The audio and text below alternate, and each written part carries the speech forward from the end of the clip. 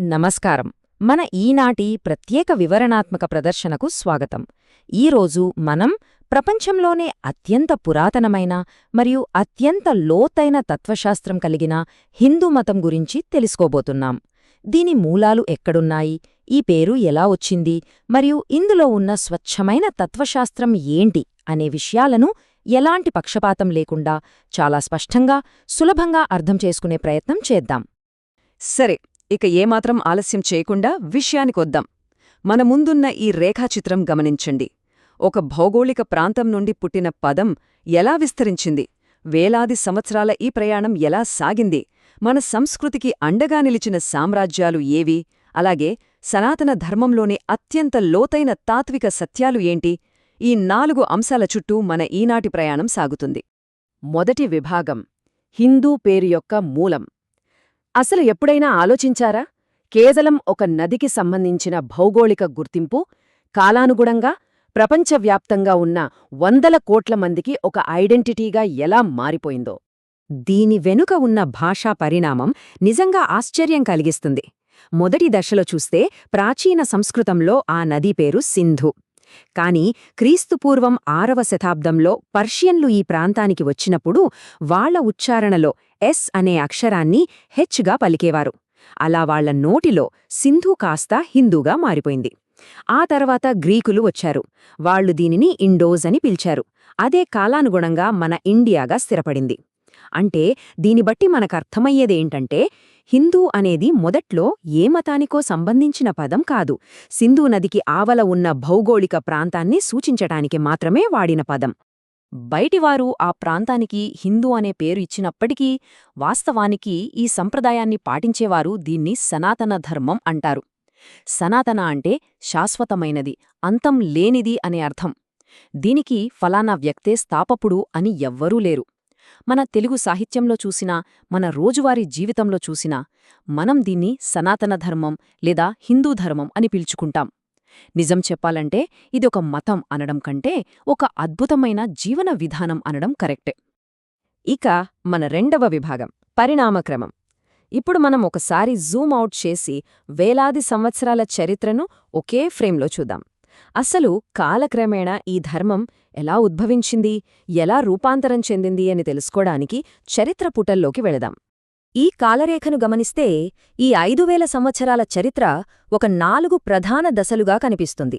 క్రీస్తుపూర్వం 3300లో సింధులోయ నాగరికతతో మొదలై వేదకాలం మీదుగా మధ్యయుగంలోని ఎన్నో సవాళ్లను దాటుకుని ఆధునిక కాలంలో ఎలా పునరుజ్జీవనం పొందిందో ఈ టైంలైన్ మనకు స్పష్టంగా చూపిస్తోంది.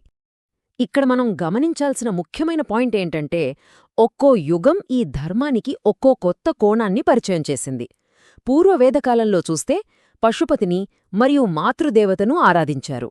ఆ తర్వాత వేదకాలం వచ్చేసరికి అత్యంత ప్రాచీనమైన ఋగ్వేదం ఆవిర్భవించింది, ప్రకృతి శక్తులను యజ్ఞాల ద్వారా పూజించడం మొదలైంది. ఇక మధ్యయుగంలో ఇస్లామిక్ దాడులు మరియు పాలనున్న సమయంలో ఆళ్వార్లు మరియు నాయనార్ల లాంటి గొప్ప సాధువులు భక్తి ఉద్యమాన్ని నడిపి దైవం పట్ల సామాన్యుల్లో అపారమైన భక్తిని రగిలించారు. ఇక ఆధునిక కాలానికి వస్తే స్వామి వివేకానంద, రాజా రామ్మోహన్ రాయ్ మరియు దయానంద సరస్వతి లాంటి వాళ్లు సమాజంలోని మూఢనమ్మకాలపై పోరాడి అసలైన సనాతన ధర్మం యొక్క గొప్పతనాన్ని ప్రపంచానికి తిరిగి పరిచయం చేశారు. మూడవ విభాగం: హిందూ సామ్రాజ్యాలు, స్వర్ణయుగాలు. ఇప్పుడు మనం రాజకీయ చరిత్ర వైపు దృష్టి సారిద్దాం. ఈ విశాలమైన సంస్కృతిని, కళలను, తత్వశాస్త్రాన్ని శతాబ్దాలపాటు కాపాడిన గొప్ప రాజవంశాల గురించి తెలుసుకుందాం. ఈ పట్టికలోని సామ్రాజ్యాలను చూస్తే ఒక విషయం స్పష్టమవుతోంది. ఇస్లామిక్ మరియు ముఘల్ పాలకుల విస్తరణకు చారిత్రక ప్రతిస్పందనగా కొన్ని గొప్ప సామ్రాజ్యాలు ఆవిర్భవించాయి.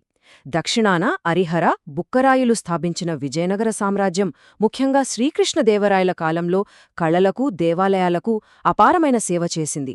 అలాగే ఛత్రపతి శివాజీ మహారాజ్ స్థాపించిన మరాఠా సామ్రాజ్యం ఆ తర్వాత పీష్వాల కాలంలో దేశమంతటా హిందూ ప్రభావాన్ని మళ్లీ చాటిచెప్పింది. ఇవి కేవలం రాజ్యాలు మాత్రమే కాదు, ఇవి మన సనాతన ధర్మ సంస్కృతికి బలమైన కవచాలుగా నిల్చాయి. కొంచెం వెనక్కెళ్ళి చూస్తే గుప్తుల కాలాన్ని మనం స్వర్ణయుగమని ఎందుకంటామో ఖచ్చితంగా అర్థమవుతుంది. ఆ సమయంలోనే రామాయణ, మహాభారతాలు పూర్తిస్థాయిలో గ్రంథస్థం చేయబడ్డాయి.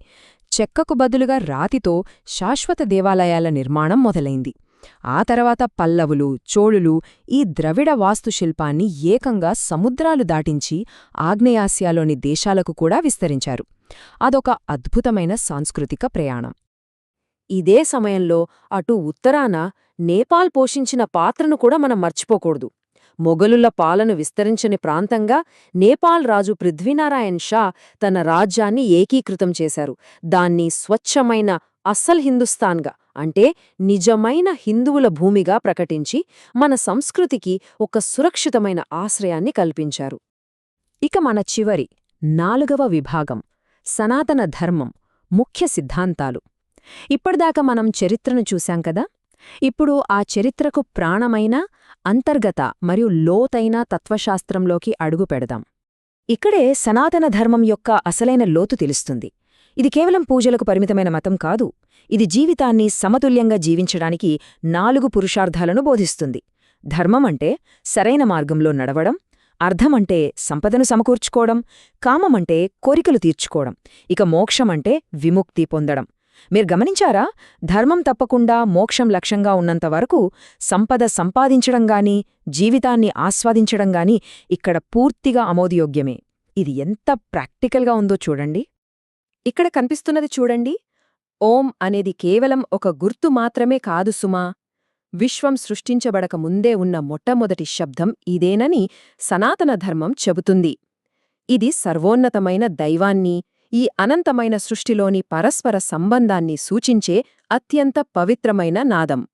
అందుకే కదా మన మంత్రాలన్నీ దాదాపుగా ఈ ఓంకారంతోనే మొదలవుతాయి.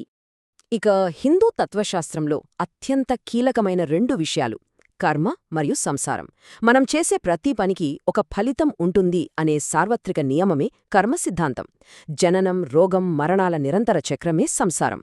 ఇక్కడ అద్భుతమైన విషయముంది. కర్మ అంటే అంతా ముందే రాసిపెట్టి ఉంది అని నిరాశపడటం కాదు. నిజానికి ఇది మనకొక గొప్ప శక్తిని ఇస్తుంది. ఎందుకంటే ఈరోజు మనం చేసే మంచి పనులు రేపటి మన భవిష్యత్తులు ఖచ్చితంగా పాజిటివ్గా మారుస్తాయి అనే భరోసా ఇందులో ఉంది. ఇప్పుడు ఈ స్లైడ్లో చూడండి. ఇది చాలా ఇంట్రెస్టింగ్. ఒకదానిలో ఒకటి ఇమిడి ఉండే ఆ రష్యన్ బొమ్మల గురించి వినే ఉంటారు కదా. అచ్చం అలాగే మన ఉనికి కూడా 5 పొరలతో, అంటే 5 కోశాలతో నిర్మితమై ఉందని మన ధర్మం చెబుతోంది.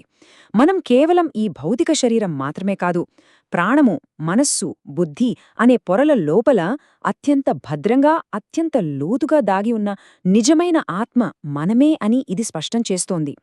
ఆ ఆత్మను తెలుసుకోవడమే అసలైన జ్ఞానం. సో మనం ముగింపుకొచ్చేశాం. ఒకసారి ఆలోచించండి. కేవలం ఒక భౌగోళిక నది పేరు పలకడంలో జరిగిన చిన్న మార్పుతో మొదలైన పదం ఈరోజు ప్రపంచవ్యాప్తంగా ఉన్న కోట్లాది మందికి ఆత్మజ్ఞానం వైపు, మోక్షం వైపు దారి చూపే శాశ్వతమైన జీవన విధానంగా ఎలా మారిపోయింది కదా. సింధు నదీ తీరాన పుట్టిన ఈ సనాతన ధర్మం వేలాది సంవత్సరాలుగా సమస్త మానవాళికి ఎలా జ్ఞానప్రదాతగా నిలుస్తుందో మనం స్పష్టంగా చూశాం. ఈ లోతైన ప్రయాణంలో నాతోపాటు పాలుపంచుకున్నందుకు చాలా ధన్యవాదాలు. మరో ఆసక్తికరమైన ప్రదర్శనతో మళ్ళీ కలుద్దాం.